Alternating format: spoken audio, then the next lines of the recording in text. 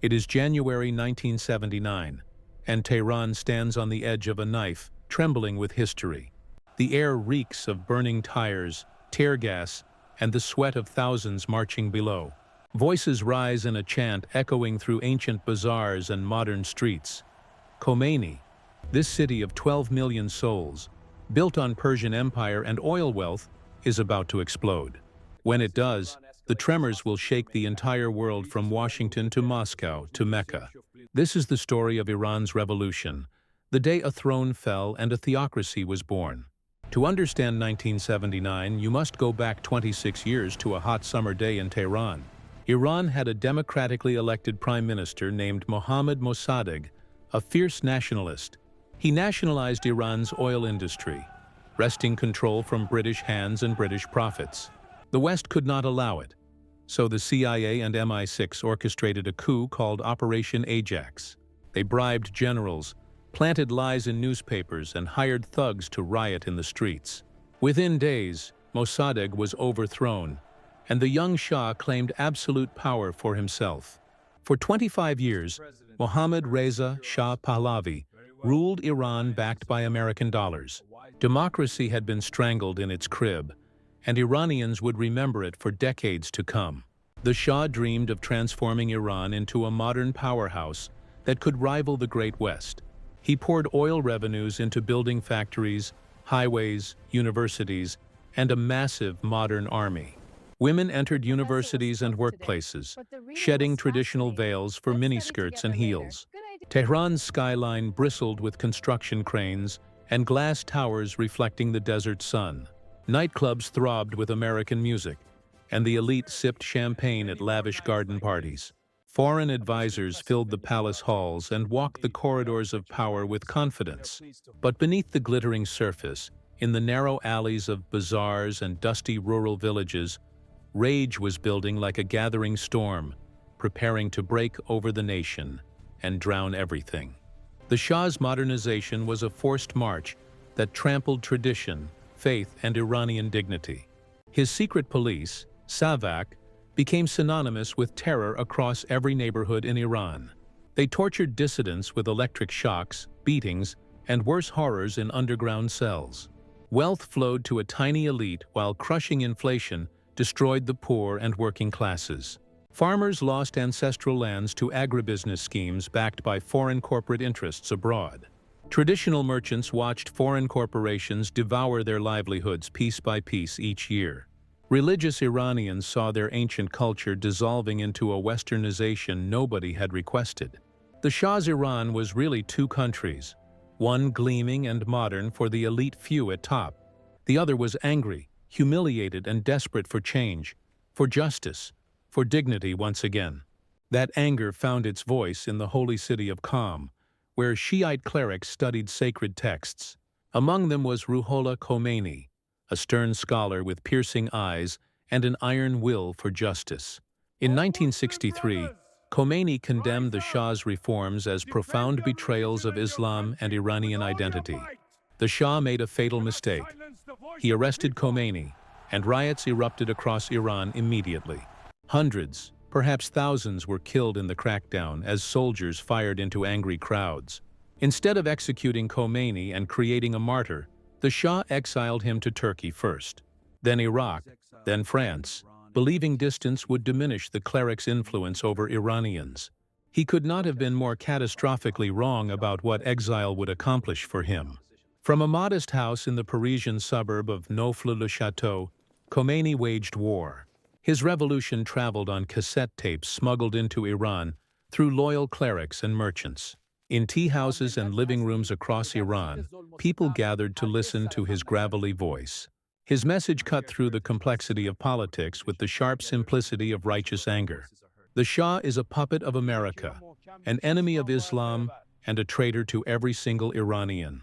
Leftists heard anti-imperialism in his words, while the religious heard calls for Islamic purity. Merchants heard economic justice, and the poor heard dignity, respect, and hope for the future. Millions of Iranians found unity in their shared hatred of the Shah's corrupt, brutal regime. By 1977, scattered protests began in cities, and by 1978 they exploded into full revolution. September 8, 1978. The day Iranians remember forever as Black Friday, a horrific turning point. Thousands defied martial law and gathered in Jaleh Square in eastern Tehran, demanding real change. The sky was clear blue, the morning still cool, and then the order came down from high command. The Shah's elite Imperial Guard opened fire directly into the crowd with automatic weapons. Bodies fell to the pavement, blood pooled on the asphalt, and at least 87 people died. Witnesses spoke of hundreds more dead, though official numbers were buried in government lies. The wounded screamed in agony, the crowd scattered in terror, and faith in the Shah shattered. The revolution, once hopeful for reform, turned vengeful overnight and became utterly unstoppable. January 16, 1979, the Shah fled Iran with his family aboard a royal jet, never to return. He told the world he was taking a brief vacation, just a rest for his declining poor health. Everyone knew the truth. It was surrender, complete abdication dressed in medical euphemism. Millions of Iranians poured into Tehran's streets, dancing, weeping, embracing complete strangers. For the first time in a generation, hope tasted real again for ordinary Iranians everywhere. 2 weeks later, on February 1st, Ayatollah Ruhollah Khomeini returned from 15 years of exile. Over 5 million Iranians lined the route from the airport to the Beheshti Zahra cemetery. He stood at the microphone, unsmiling and stern, and declared the Shah's government illegitimate. He promised the birth of an Islamic Republic, and the crowd roared approval until they were hoarse. The old order was finished forever, and a new Iran was beginning whether the world liked it. The collapse of the old regime came swiftly, almost anticlimactically after months of bloody struggle. On February 11th, just 10 days after Khomeini's dramatic return, the Imperial Guard surrendered. Revolutionary militias armed with seized weapons took control of government buildings everywhere. Police stations fell, broadcast towers were captured, and armories were emptied into rebel hands. Revolutionary tribunals were hastily established in schools and mosques to judge the Shah's officials. Former ministers, generals, and SAVAK agents were dragged before cameras and tried in minutes. They were executed by firing squad, and their blood stained the walls of the new revolution's justice. The monarchy that had ruled Persia for 25 long centuries vanished in just a few days. In its place, a theocracy rose, cloaked in the righteous language of justice and God's divine will. Khomeini moved with ruthless efficiency to consolidate his grip on all power after the great victory. The liberals, leftists, and secular nationalists who had marched beside the clerics found out fast. They found themselves sidelined, then silenced, then imprisoned or worse in dank underground cells. Khomeini created the Islamic Revolutionary Guard Corps, a parallel military loyal only to clerics. He wrote a new constitution enshrining Velayat-e-Faqih, guardianship of the Islamic jurist always. This created a supreme leader position with veto power over all elected government and all policy. Khomeini claimed that position for himself immediately, and the dream of real democracy died. Iran had traded one dictator for another, one cage for another cage with slightly different bars. On November 4, 1979, young Iranian students stormed the United States Embassy compound in Tehran. They seized 52 American diplomats and staff, blindfolding them and parading them on TV. The students demanded the Shah be extradited from New York back to Iran to face revolutionary justice.